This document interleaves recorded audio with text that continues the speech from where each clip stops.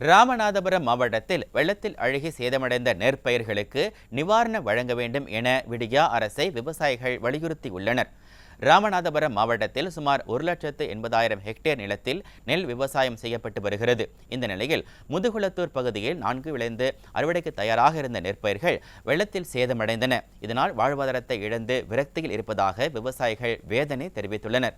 சம்பந்தப்பட்ட துறை அதிகாரிகள் ஆய்வு செய்து பாதிக்கப்பட்ட அனைத்து விவசாயிகளுக்கும் தேசிய வேளாண் காப்பீட்டுத் தொகை மற்றும் வெள்ள நிவாரணத் தொகை வழங்க வேண்டும் எனவும் அவர்கள் வலியுறுத்தியுள்ளனர்.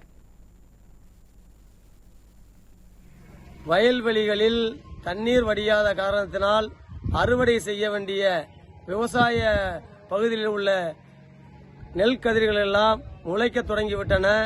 இதனால் கடன் வாங்கி செலவு செய்த விவசாயிகள் கண்ணீரும் கம்பளையுமாக வயல்வெளியிலே காத்து கிடக்கிறார்கள். எனவே பாதிக்கப்பட்டுள்ள அனைத்து விவசாய குடும்பங்களுக்கும் தமிழக அரசு போர்க்கால அடிப்படையில் வெள்ள நிவாரணத் தொகை மற்றும் தேசிய வேளாண் காப்பீட்டுத் தொகையை காலதாமதமின்றி வழங்க வேண்டும்.